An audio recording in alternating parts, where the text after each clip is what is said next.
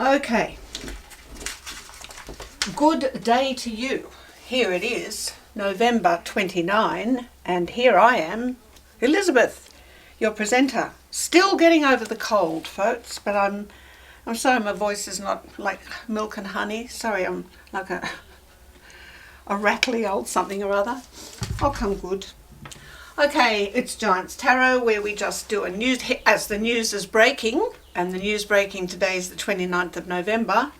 So we've got the news broadcast, all the things that have been written about today. Well, the sun remains in Sagittarius until December 21, and the major arcana energy in force until December 21 is Temperance. This is, you can't change this, we have to go through this. Nothing you can do to change this. We are in the first decade of Temperance, the first 10-day period, and this is a decade of devotion, social service, and propagandist activity. And this energy is with us until 2nd of December. So bear these two energies in mind. They're very important as you're making decisions and trying to figure out what you're going to do or what's best or whatever. So I just have a few little notes to read on each of these, Temperance and the Eight of Wands. The major readings for these are up separately. Have a look at them. Okay. The little notes I have for Temperance are: my work is vital. All of me must be kept. In matters enhancing life, my wings are swift. I have a reading for you for November, Sagittarius 2, November 29. Your part in the cosmic drama of humanity's return is to create. It's all foggy. A creator is a religious, I don't know, I may not be able to read this, it's too foggy. But anyway, you have been given little desire for material things, psychic faculties, great creativity, a compulsion to travel. Money and fame mean little to you, even when they come your way, almost effortlessly. Okay. The Eight of Wands, just a few notes. In the lead, strong position, wind in your sails. I read that yesterday. Get going. A wave, a wand, a rod, a staff, a long implement used for various things. In cartomancy, the birth emblem for the 29th of November is the Four of Hearts. There's a sort of a thing about all methods of divination. It is understood that everything changes. In fact, each rank and file card is a snapshot in the middle of change. The court cards are a little different. They can define personalities, people, places in society perhaps. But the numbered cards, especially 2 to 10 of any suit, are indeed snapshots in the photo album of a journey. Whose journey? The cards are stories which can be told in the first, second, or third person. One story can be told from different perspectives.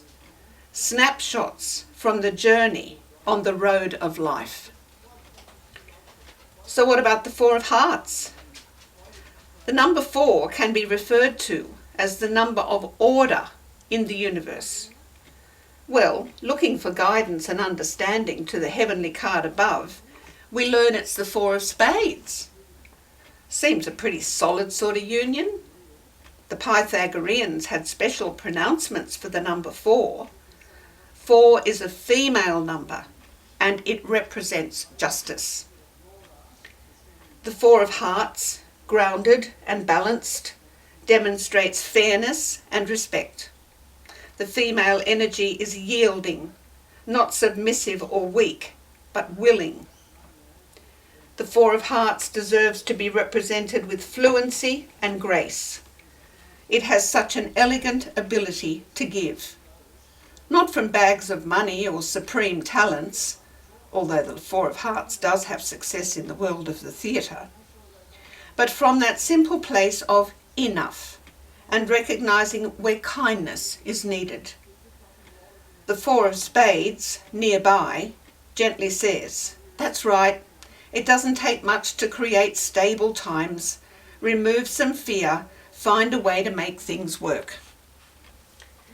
People are so important to the journey of hearts. People are the building blocks on the heart's highway. The stable Four of Hearts, fair and aware, dispenses love with propriety. Feeling and emotion holds the energy for the next thing. Let it happen. Let it be. Let us not be smug or worry about being late or fearful of the opinions of others or arising prejudice, if that be so, or anger or danger of what may come. Here, now, there is enough, and enough does not owe anything, nor does it demand a thing. Wisdom and labour of the Four of Spades may insist that business and enterprise are essential, and hearts should step aside and allow spades to make its important mark. But guess what? The Four of Hearts is a female, even-handed energy, and the vigour of love finds a way to deal with such the vigour of love finds a way to deal with such suggestions.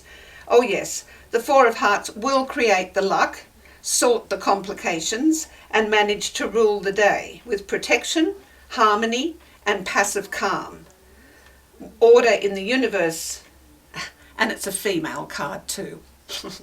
Had to put it in.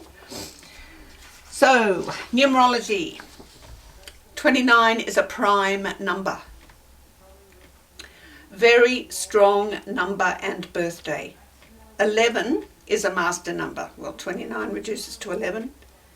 Can be prosperous day if properly used. Is an extremist, either joyful or depressed. Must learn to straighten out one's path and help others to do theirs. Can be so absorbed in dreams, ideals, worries, that fails to see others around them. Should seek a definite to keep self-calm and well balanced. Can be inspirational, so could turn to religion. Could prefer casual friends to a few intimate ones. The angel number 29 speaks about... Okay, the angel number 29 is a sign from your angels that your sole purpose is to serve others with humility and great caring. However, because the digits in angel number 29 add up to 11, it is also a sign that you are to take a larger leadership role in this endeavour. The number 11 is known as a master number because it resonates at one of the highest vibrational frequencies that we know of. Have faith and trust in your own ability to handle your calling and look for guidance from your angels on how you are to fulfill your higher purpose. Angel number 29 is a sign that you are a light worker on a divine path of service to all of humanity. Have faith that your angels and the ascended masters will provide you with the guidance necessary to pursue a career opportunity that is spiritual in nature. Glenville Kleiser says, render real service to others, November 29. The truest service you can render is that which you do quietly and silently and without expectation of gratitude or reward. Do not wait for special occasions, but serve today as opportunity offers. Say the kind and encouraging word. Send a bright and helpful letter to an absent friend. Distribute a few copies of an inspiring book where they will do the most good. Render a special service to one less fortunate than yourself. Send some flowers to a sick or discouraged friend. When the spirit is willing, many suggestions will occur to you, whereby you can radiate sunshine along the daily pathway of life. Where true gentleness is and desire for service, there you will find greatness of heart and sincere love of God. The Theosophical Society says, the law of compensation can reward but those who have resisted the cruel stings of earth-born desires. Where there is no temptation, the merit of withstanding its feeble voice is null and cannot claim its reward. The birthday book says of the 29th of November, this is the birthday of those whose single-minded sincerity is such that opponents find it hard to keep up a quarrel. The ominous silence of distrust gives place to amicable conversation. These happy people are invaluable, whether as selling agents or arbitrators. A cheap jack, whatever that is, with this birth date will become a super jack. A partner is likely to be emotional and a little over intense. And from 365 Things to Know, how is leather made? The raw material of leather is the skin or hide of an animal, such as the cow or horse. It's pretty gruesome. First, it is scraped clean of all the bits of fat and flesh on the inside, and then the hair is taken off from the outside. What is left is a clean skin, but one which would soon rot if left untreated. The treatment it gets is called tanning. The two most common forms of tanning are vegetable or bark tanning and chrome tanning. In vegetable tanning, the hides are soaked in a brew of tannin, obtained from certain barks. They are transferred to stronger and stronger brews until the process is complete.